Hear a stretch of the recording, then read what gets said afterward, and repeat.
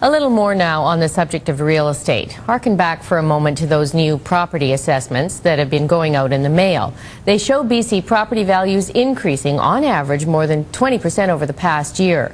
But what about the coming year? Anyone care to predict? The for sale sign is just going up at this Vancouver home. There's been no advertising, no open house, and the home already has multiple offers, all of them above the assessed value that just went up 35%. Across the street, a developer bought a teardown for land value of just over $1 million. When the new home is built, it'll go on the market for just under $3 million. Yeah, so this one just came on the market, and we have an accepted offer, and we have a backup offer. So if the first offer doesn't go through, there's another guy who wants it. And both of the offers are higher than the new assessed value that came out, which people would have received this week. Despite the rising prices reflected in this week's assessments that increased an average of 23% across BC, people still seem anxious to buy.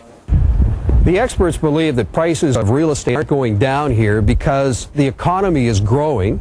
Interest rates aren't going anywhere. In fact, some experts think they'll be going down. And people from other parts of Canada and the world want to live here. Our economy is still growing at a very robust pace. The labor market is tight. Income growth is accelerating. And we're seeing more in-migration as well.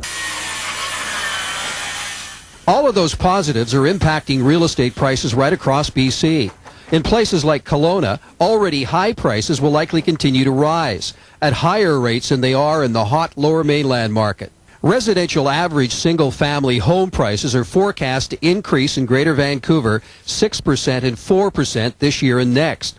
But the BC Central Credit Union estimates have home prices climbing 11 and 10% in Kamloops, 14 and 9% in the next 2 years in the Kootenays, and 12 and 11% respectively in BC's north. In good markets like the Lower Mainland, like much of BC, long-term is a very good place to have one's money. So it's while we're going through a temporary adjustment here, price increases are more moderate. The easy money has been made, but over the next 5, 10, 20 years, I think you could expect house prices to be substantially higher.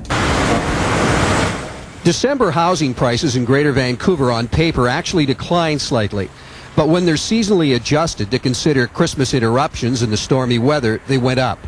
The only negative here, single home prices might get too high, and that could make the lower priced townhouse and condos the new hot market.